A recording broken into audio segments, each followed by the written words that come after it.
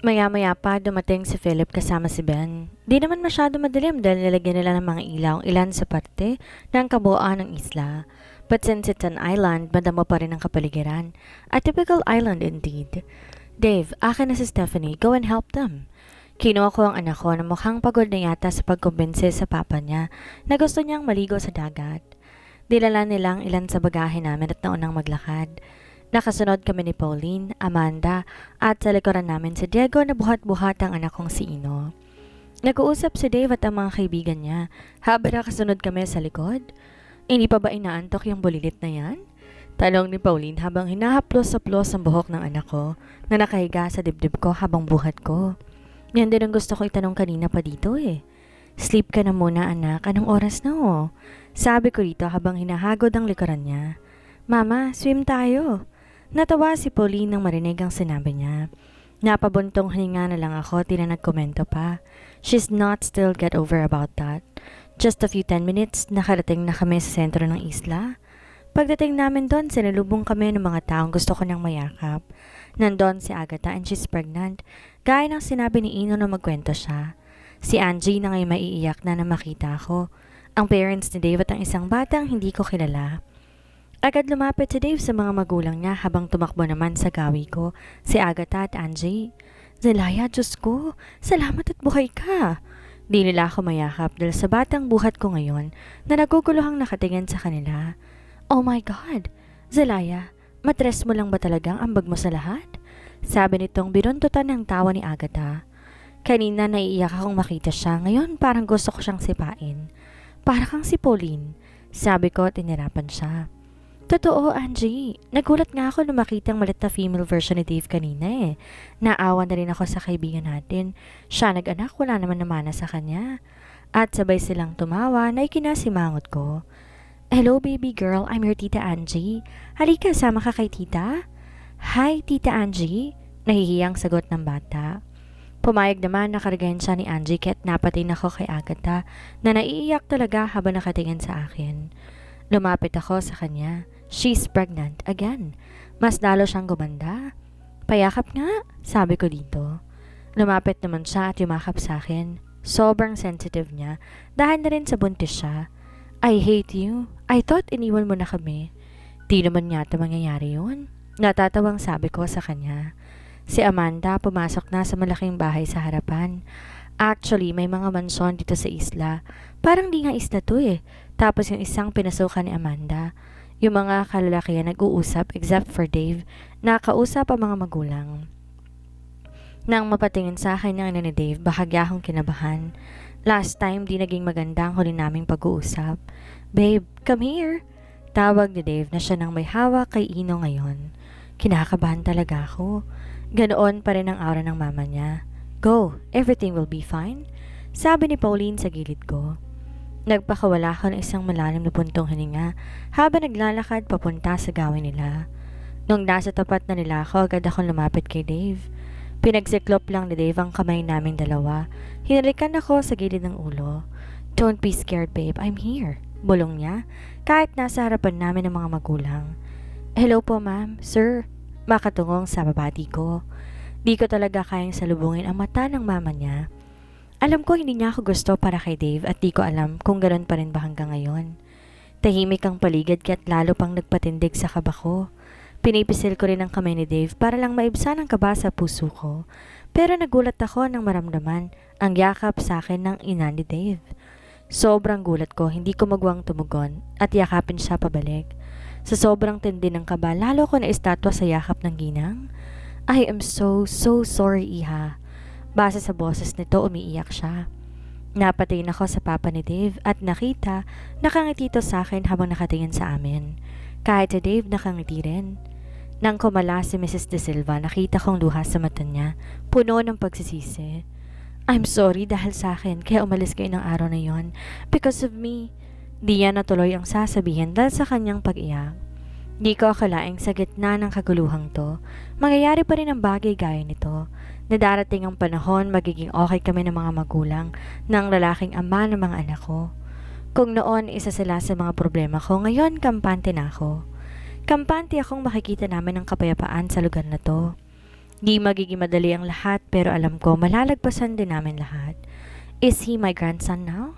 Tanong niya habang nakatingin kay Ino, mahimbing na natutulog sa bisig ng ama. Yes, Mom. Buong pagmamalaki ni Dave. Tuwang-tuwa naman si Mrs. De Silva habang nakatingin sa anak ko. By the way, Mom, may isa pa kaming anghel na ipapakilala sa inyo. Sabay kaming lumingon kay Angie. Agad niyang dinala sa amin si Stephanie na nagtatakang nakatingin sa amin. Mama, sino sila? Bulong nito sa akin. Nang makuha ko siya mula sa kaibigan ko. They are your lolo at lola, anak. Mama at papa sila ni papa mo? Lolo and lola? Tumango ako at lumingon sa kanila. Hi po, lolo. Hi po, lola. I see the brightness in their eyes nang batiin sila ni Stephanie. Tuwang-tuwa si Mrs. De Silva at walang pasabi, binuhat ang bata mula sa akin. Honey, look at her. She's really beautiful.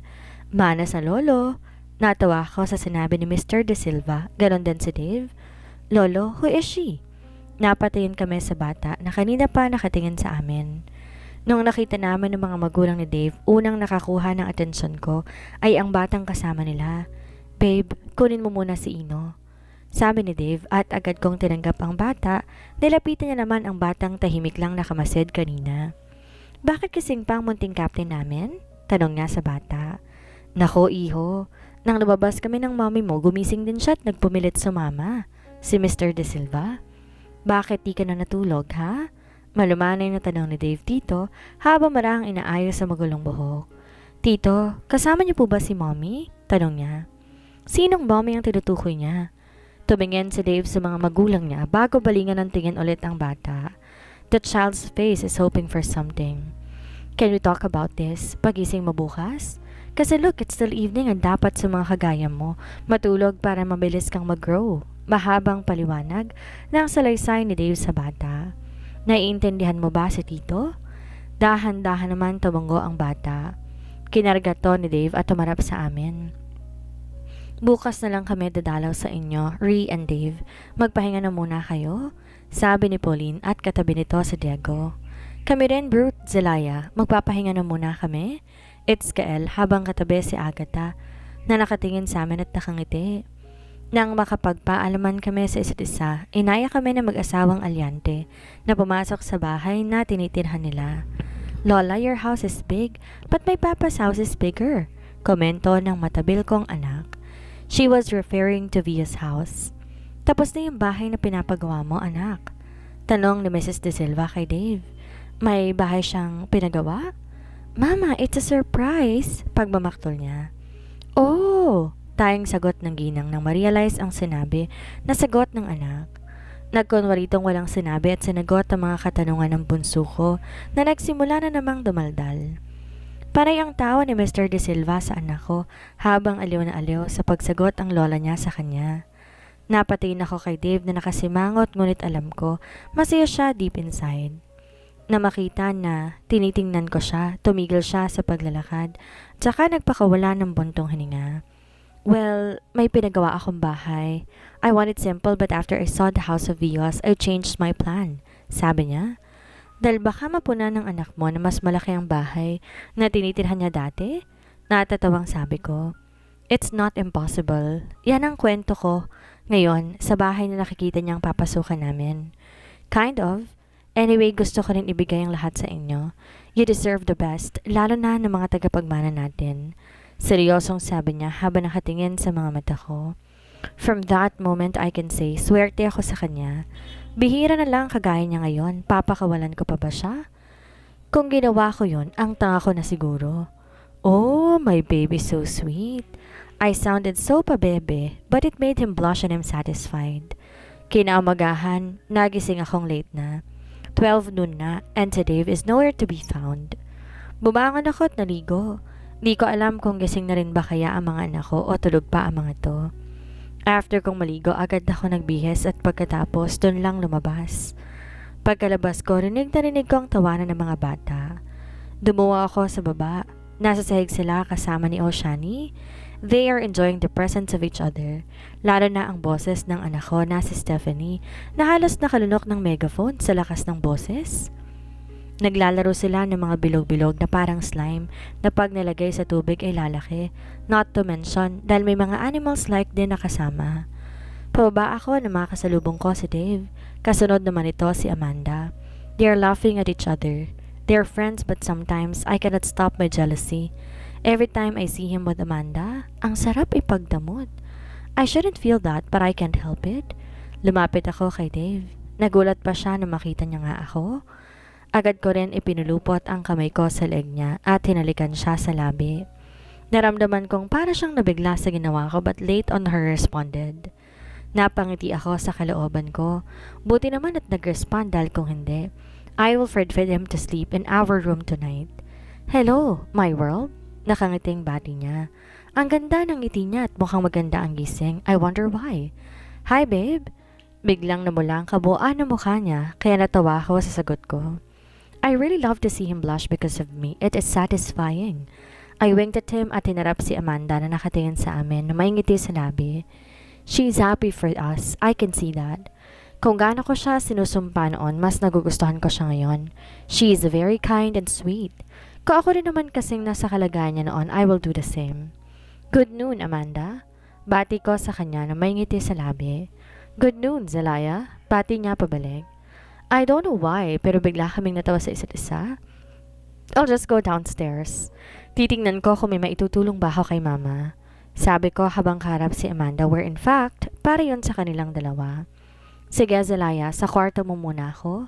Tumango ako. Na makaalis si Amanda sa harap namin ni Dave. Saka ko lang nilingon ang lalaking hanggang ngayon, namumula na rin. Unlimited bang blush niya ngayon? Kinikilig ka pa rin babe? I casually ask. Gusto kong matawa nang humaba ang nguso niya. Tinutukso ko siya and he's cute. Come here. I bit the lower lip para mapigilan kong mangiti. Why is Dave so cute today and handsome? Halos everyday naman eh. Are you happy? Tanong ko sa kanya. Napakamot siya sa ulo niya habang nakatingin sa akin. Yeah, and this is my dream babe. Ang makasama kayo ng mga anak ko, aniya. Me too, sobrang saya ko rin. Ayos lang sa aking mawalang lahat, wag lang kayo ng mga anak ko. Kaya ko mabuhay ng ganito at mas pipiliin kong mabuhay ng ganito kapalit ng kayamanan ko. Sabi ko sa kanya habang seryosong nakatingin sa mga mata niya, puno ng pagmamahal. Thank you for choosing me, babe. Dave, I will always choose my home and you are my home. Kayo ng mga anak natin ang tahanan ko. The only decision that I made right was to choose you as the mother of my children and as my wife. Kusang sumilay ang ngiti sa mga labi ko. Such a sweet talker. Let's go to the kitchen together. I'm hungry. Bahagya siyang natawa. Kinuha ko ang kamay niya at inakbay sa akin. I wanted to feel him. Gusto ko nasa malapit lang siya, na nasa tabi ko lamang siya, na nararamdaman ko siya kada patak ng segundo. Babe, anong meron? Lumingon ako sa kanya dahil sa katanungan niya na anong meron. What do you mean? You're being extra sweet today. Am I? Siguro dahil na-realize kong sinayang kong panahon na sana kasama ko siya. Noon, hindi ako showy so ngayon gusto ko nang baguhin ang pakikitungo ko sa kanya. Life is short, ika nga, so I wanted to treasure our moments together. Ayaw mo ba? Naninggit ang mata ko kunwari. Napaiwas siya ng tingin. Ang pula pa rin ang mukha niya. Gusto, of course. Tumaas ang gilid ng sulok ng labi ko dahil sa sinabi niya na puno ng excitement at tila nahihiya. Gusto naman pala ba't ka pa nagtatanong? Pigil na pigil ang tawa ko habang tinatanong siya. Babe naman of course, kaya ako nag-kiss me. I cut him off. Ha? Nagulat siya at parang di naniniwala sa narinig mula sa bibig ko. Mukhang magugulatin siya buong araw. I said kiss me. Ngumiti pa ako showing the perfect set of teeth. Gusto kong matawa. Nakita kong paggalaw ng Adam's apple niya. It means lumunok siya at sa sinabi ko. I didn't expect na ganitong epekto ko kay Dave.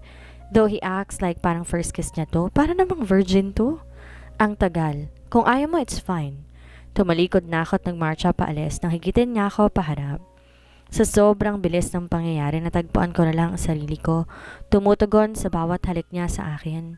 3:00 na ng hapon. Wala si Dave at si Mr. De Silva, ang papa niya. Kasama nila ang mga bata. I think namimingwit silang isda sa dagat. Nasa kusina ako, tinutulungan si mama na ihanda ang naming pork. May barbecue party kami mamaya kasama ng mga kapitbahay namin dito, which are my friends and Dave's friends. Excited ako kasi magkakasama kaming lahat. Si Amanda na kina Pauline, doon sila gumagawa ng buko salad ngayon. Nagpresenta to na tutulong siya kina Pauline. Medyo nagulat nga ako na close na nilang lahat si Amanda, which is a good thing naman. Mamaya, pupunta dito si Agatha para tumulong. Yon ang sabi ni Kael kanina na gustong tumulong ng buntis dito sa amin. Zelaya anak, if you don't mind, pwede ako magtanong? Napatingin ako kay Mrs. De Silva nang magsalita ito. Yes po, ma'am. Ano po yon? Kamusta kayo ng mga bata noon? Tanong niya. Tahimik kami dito kanina. Saka lang naman ako nagsasalita kapag kakausapin niya. Medyo nailang pa rin kasi ako sa kanya, lalo na't di talaga maganda ang huli namin pagkikita 3 years ago. Kahit napatawad ko na siya, nandun pa rin ang pagkailang ko sa kanya. We're fine, ma'am. Nakasurvive kami nung una dahil na rin sa mga taong tumulong sa amin. Magarang nasagot ko habang tinutuhog ang pork sa stick. Iha, please, call me mom or mama. Huwag nang masyadong formal para sa akin. Alam kong in the end, kayo naman magkakatuluyan ng anak ko. Napatingin ako sa kanya. She's smiling. Oras nang umiti siya, makikita mo talaga ang kabaitan niya bilang isang mom. Wala naman sigurong perpektong tao eh. Alam ko rin sincere at genuine siya sa akin noon. Sa sinabi niya, natouch ako ng sobra sa puso ko. Sobra ako natutuwa sa sinabi niya. God knows isa ito sa pinaka inaasam-asam ko. Ang tanggapin ng pamilya ng lalaki magugustuhan ko. Thank you, ma. Nahihiya akong sabi sa kanya. Parang may yumakap sa puso ko na mangita ang pangamba sa yakapin ako. I'm so sorry for what I did 3 years ago, Anya. It's okay, ma. Ang mahalaga ay ang ngayon. Thank you for accepting me. And thank you dahil pinatawad mo rin ako. Sincere pa na sagot nito. Wala akong nasagot sa huling sinabi niya. Kaya naman sabay na kaming natawa. Napakagaan sa damdamin to, I swear. It must be hard na palakin mag-isa mga apo ko, iha. You are so brave and I'm so proud of you. Thank you po, ma. Mahirap po pero kailangan kayanin lalo na't may banta sa buhay namin. Matinding pag-iingat ang ginawa ko noon, maprotektahan ko lang sila. Pero ngayon may mga tao na akong karamay sa pagprotekta sa mga anak ko. Ang bait mo, iha. Napakaswerte ng anak mo sa'yo. Wala na akong mahihiling pa. Kampante ako na yung anak kong lalaki nakahanap na maganda at mabuting babae na kagaya mo. Salamat sa pagmamahal na ibinigay mo sa anak ko. Nako ma, maswerte din po ako sa anak ninyo. Salamat po at pinanganak ninyo po siya. Ngumiti si mama habang hawak niya ang kamay ko. Ang sakit nga lang niya sa ulo minsan. Natawa ako ng bahagya sa sinabi niya. Agree po ako dyan, ma. Ang sakit nga lang niya sa ulo minsan. Nasa kalahati na nga kami nang dumating si Agatha at Kael, dala si Oshani. May dala silang isang tray ng cupcakes. Gawa ni Agatha, malaki na ang tiyan nito. Parang kabuanan niya or sa susunod na buwan, baka manganak na nga ito. Tita, pahiram po ng ref niyo ha? Yes, iha, just put it here. Naghugas ako ng kamay at lumapit sa buntis na kasalukuyan nilalagay ang cupcake sa ref. Mukhang masarap pa. Of course, kasing sarap ko, di ba Han? Bigla, namula ang tenga ni Kael sa sinabi ng kaibigan ko. Tumawa si mama sa reaksyon ni Kael. Natawa rin akong bahagya at palihim na kinurot si Agatha. Tong babaeng to walang prenong bibig. Tita, nasan po si Ino? Napatingin ako kay Oshani. Ang laki na nga niya compare dati. Lumapit siya sa akin at humalik sa pisngi ko. Ate na palang baby namin dati eh. Natatawang komento ko habang nakahawak sa pisngi niya. She grew up into a beautiful lady, manang-mana sa ama. Ang gwapo ni Kael eh. Maganda si Agatha pero naman ng anak nila ang Spanish features ni Oshani. Yes, dahil may lahing Espanyol si Kael. Thank you tita, ang ganda niyo rin po. Mas gumanda po kayo? Sus, nambola pa tong paboritong inaanak ng tita niya. Mas maganda ka naman sa akin eh. Thank you Zelaya. Agad umikot ang mata ko nang marinig ang pagsingit ni Agatha. Excuse me, anak mo ang sinasabihan ko na maganda at hindi ikaw. Tinawanan niya ako. Well, nagmana sa akin yung anak ko eh, sabi pa niya. Inikutan ko lang siya ng mata at nag-feeling na naman po siya. Humirip ulit ako kay Oshani na naghihintay naman ng sagot ko. Nasa dagat sila anak eh, sumama sa papa niya. Sagot ko sa bata sa tanong niya kanina. Daddy, tawag ito kay Kael? Yes, pupunta tayo doon after matapos si mommy yung paglalagay niya ng cupcakes. Singit ni Kael nang tawagan siya ng anak. Parang alam na niya ang gustong sabihin ng bata. Sige na, umalis na kayo. Kaya ko na to. Sabi ni Agatha after niyang ilagay lahat ng cupcakes sa ref. Umalis muna ako sa gilid nila dahil mag-uusap pa yata sila. Lumapit ako kay mama na may hinahalong sauce sa isang malaking bowl.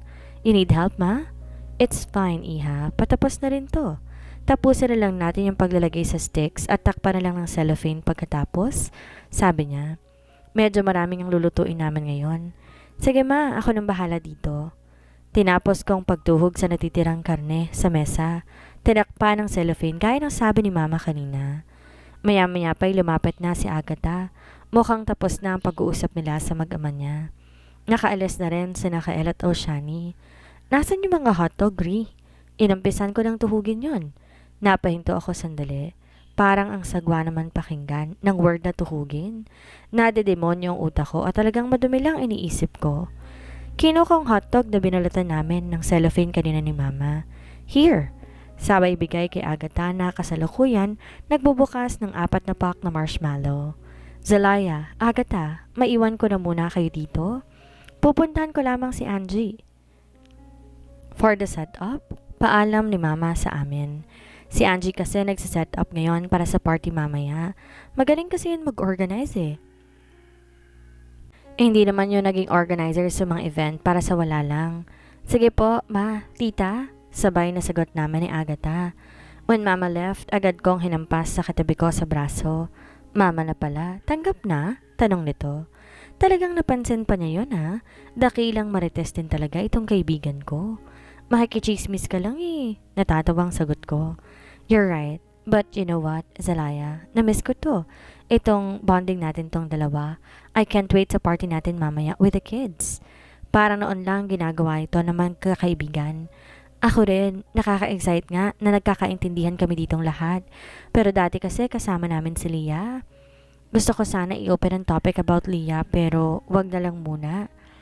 Hindi pa ako handang pag-usapan siya. Ayoko din naman masirang excitement natin dalawa para mamaya. Yeah, parang gusto ko siyang kalimutan kahit sandali lang.